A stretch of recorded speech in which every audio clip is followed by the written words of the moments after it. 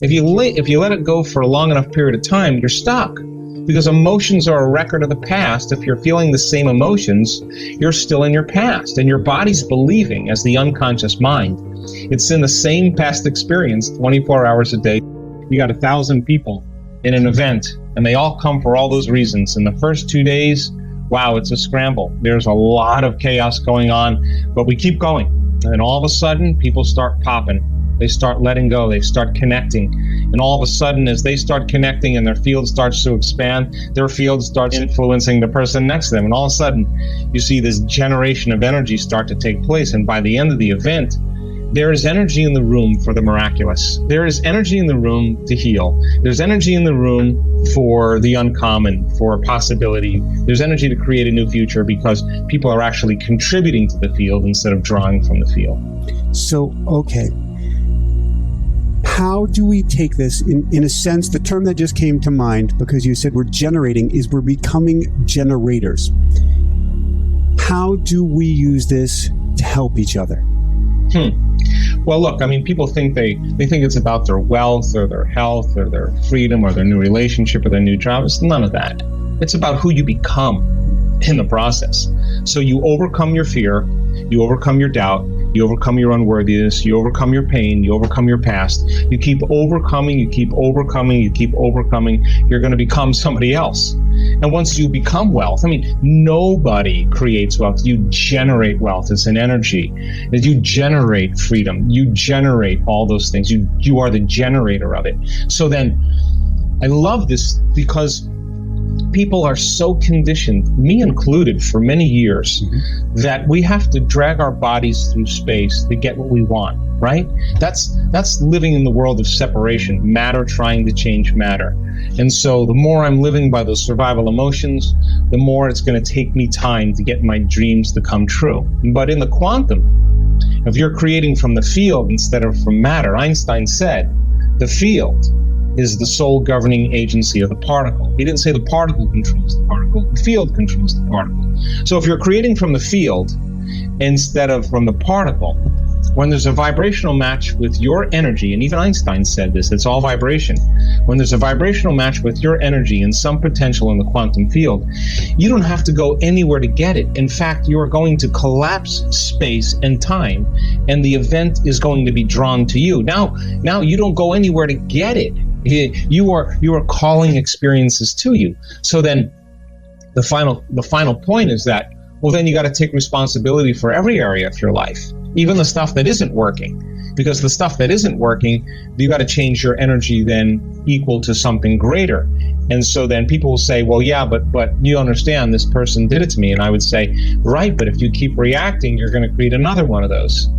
So then what do you have to do? You have to get beyond the memories of our past and fall in love with the future over and over again, so that all of a sudden you're believing in that future more than you're believing in the past. And the brain and body, if we do it properly, will look like the future has already happened. Now you don't have to do anything. It's going to come to you. Beautiful. I'm going to try to narrow it down. I want to understand, or I want to know when your next conference is in a minute. But before that, one of the challenges of what you said, so we can get some clarity on it, is if we are responsible for everything, it is easy for us to go into a place of self-blame. If I created all of this, then I'm a blank, blank, blank. What do we do about that? No, only you do that if you're already a victim. If you're not a victim, you would just say, hey, I need to learn a lesson here. I need to modify my behavior. Okay, I'm done with that. Yeah. I've owned that. I've did it enough times. I'm finished. I want to try something else. You're a soul on the journey back to singularity, back to source. And there's no God up there that's going to help you. You got to do it yourself. You came down and descended into density to answer the question, is there more? Now that you're answering the question, there's more, you just got to ask the same question to get out of here. Is there more? So then, as you start asking the question and you no longer seduced by the common things in our lives, then it makes sense then that you begin to evolve your understanding. So the person who's a scientist or the student, no longer a victim. There are no victims, they're just students. The person may say, well, I feel bad because I created it. Well, how long are you going to feel bad for? Yeah, but it's not the fact that you feel bad. We all feel bad. The question is, how long are you going to do that for? If you let it go for a long enough period of time, you're stuck. Because emotions are a record of the past. If you're feeling the same emotions, you're still in your past. And your body's believing, as the unconscious mind, it's in the same past experience 24 hours a day, 7 days a week, 365 days a year. So then, sooner or later, you got to leave familiar territory and you got to make a new choice. And when you make a new choice, just get ready, because it's going to feel uncomfortable.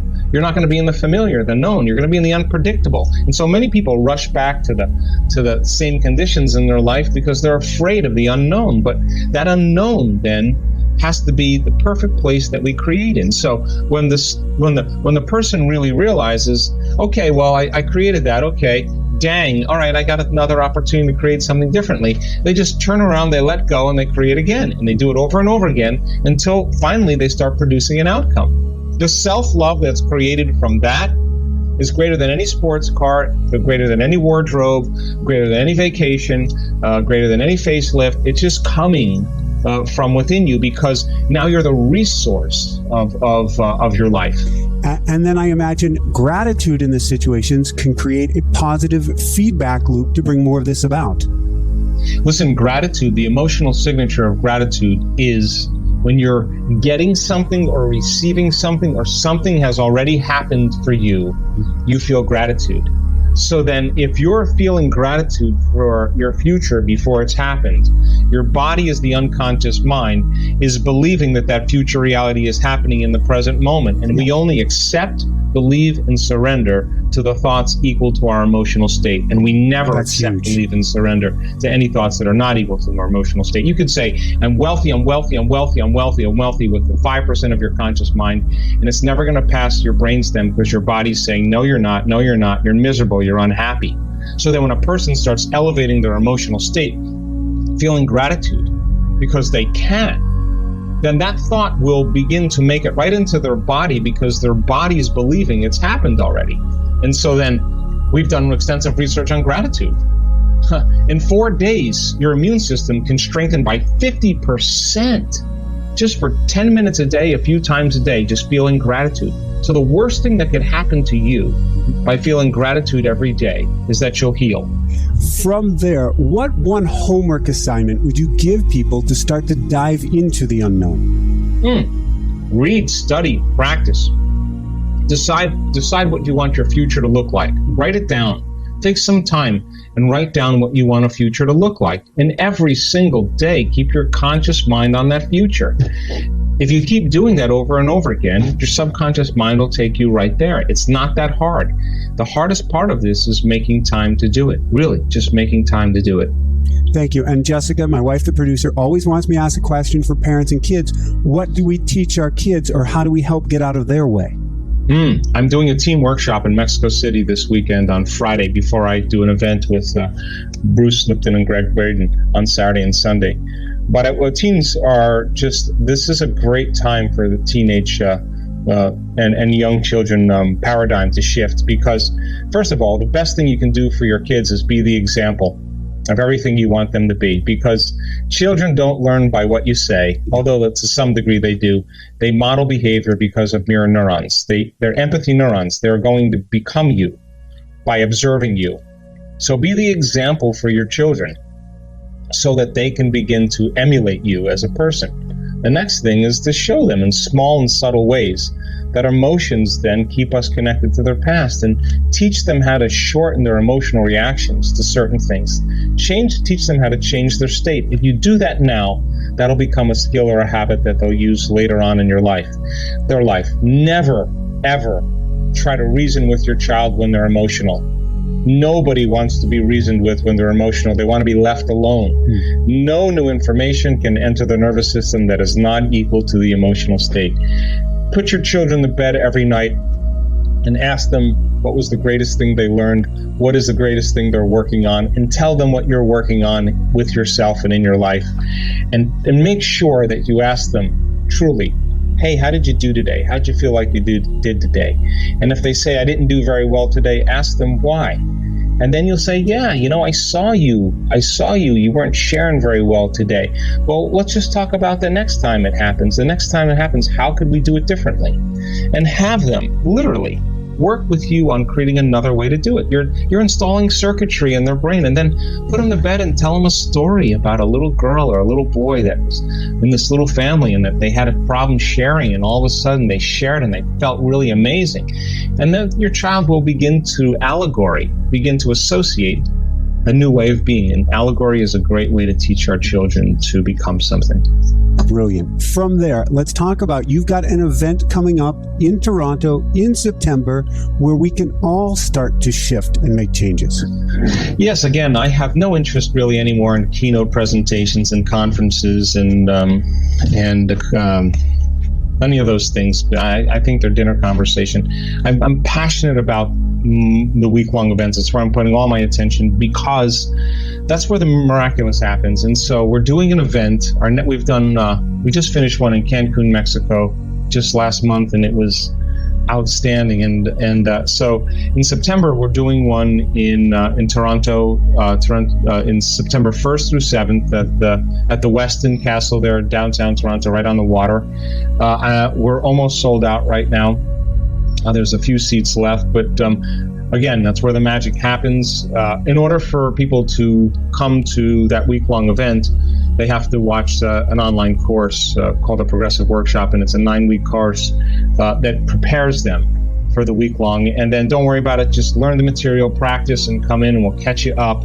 We have team leaders now, and we break the entire community down into smaller groups, and they have their team leaders that help them answer questions and help them practice certain things, and then we move as a community. So we're doing one in September in Toronto, and then October we're in Australia on the Sunshine Coast. November, hopefully we'll be in the UK, and December we'll be back in Cancun at the same place the first week of December, and I mean, it's just amazing what we're seeing. So join us. Where would people go? URL to find this?